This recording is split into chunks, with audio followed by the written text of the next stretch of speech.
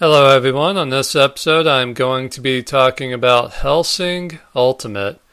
Now, Hellsing Ultimate is a collection of 10 OVAs that were released between 2006 and 2012. Now, when I found out about that, I was at first kind of like, geez. But then I remembered when I was watching it, I was like, man, this looks expensive as hell. Because these OVAs are just insane. I mean, the animation is top notch. There's a ton of crazy shit going on. It's violent. It's over the top. It's just crazy. So I was just sitting there watching this going, how much did this fucking cost? And apparently it probably cost a lot, seeing how it took them almost 7 years to release all 10 OVAs. So, yeah. Some of these were being released 8 months apart. I think the last couple were almost a year apart. So, yeah, kind of crazy. I was definitely fortunate to just be able to sit down, and I think I went through the OVAs in like 2 or 3 days. So I just plopped down and watched each one, basically, like 5 a day or whatever. Can imagine having to wait 7 years almost to watch them all. So, yeah, I guess they took a lot of time, a lot of energy, a lot of money to make them. That's probably why it took so long, because I think the first one was released in Japan in like February 2006, and then the last one was released December 2012, so yeah, it really was almost 7 years. But yeah, the animation and everything is top notch, so you'll definitely enjoy the eye candy.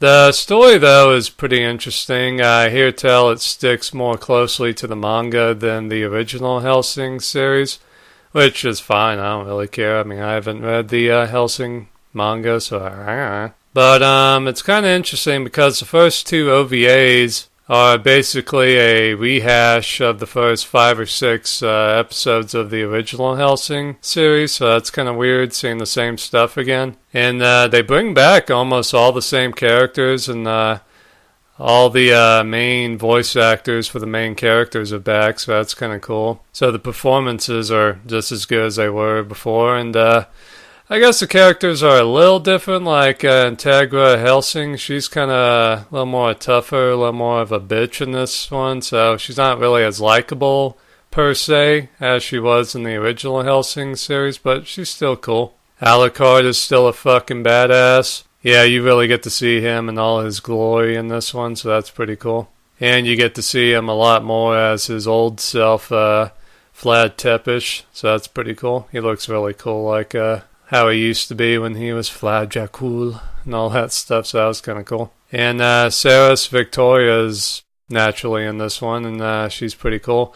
They're a little more sexual with her in this version. I'm not really sure why, but nothing really too crazy. And of course, some of the Catholic characters are back again, like Alexander Anderson's in this, and you get to see a lot more of him, so that's pretty cool. Walter the butler's in this. He's pretty important in this one. There's a new character, Bernadette, who's a French mercenary who's pretty cool. I liked him a lot. He was a good character. But the interesting thing about the OVAs is that it answers kind of the question that was never answered in the original Hellsing series, was who's the main villain here? Like, who's, causing all this shit to happen? And naturally, it turns out to be undead vampire Nazis from World War II. But it's pretty cool. The main bad guy is called the Major. He's batshit crazy, but in a interesting way, I guess. The Valentine brothers are back, and you got a bunch of other new Nazi characters, so that's kind of cool. I think even one of the Nazi characters is a werewolf, so that's pretty badass. So yeah, there's a lot of interesting stuff going on with the new Nazi stuff, so that's pretty interesting. A lot of crazy shit going on. Basically, these are all old-ass Nazis who survived World War II, and they became vampires to, become immortal and very powerful and stuff, and they kind of launch a crazy-ass attack on London, and just all fucking hell breaks loose. So for I don't know, there were like 6 or 7 of the OVAs. I mean, there's just fighting going on in London, so it's just batshit crazy. So you get to just sit there and watch some crazy shit happen on your TV screen, so that's pretty cool. that's definitely where they spent their money on the animation. It was definitely in London, so yeah, but there's also a bunch of stuff going on around England, like the Hellsing mansion gets hit again, and the characters have to do a lot of stuff there and stuff, so it's really cool. You will never be bored watching Hellsing Ultimate, I promise you that. There was a lot of crazy shit going on. But they kind of sacrificed character development, I felt, in this, but I guess seeing how if you read the manga or if you'd seen the Hellsing the original Hellsing series, I think you kind of know who these characters are and stuff. But near the end of the OVAs, you kind of get to see a little bit more of Sarah's Victoria's background, and that's a little disturbing to say the least. But yeah, for the most part, it's kind of just run and gun, which is fine.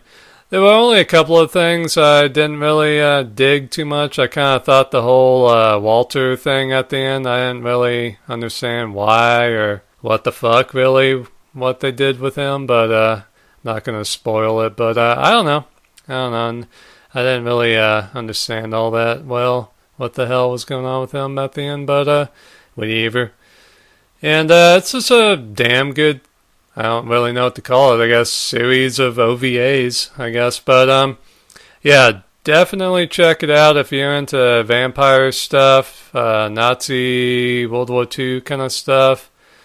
Just, classic horror stuff. Definitely check it out. And if you're a fan of anime at all, definitely check out Hellsing Ultimate.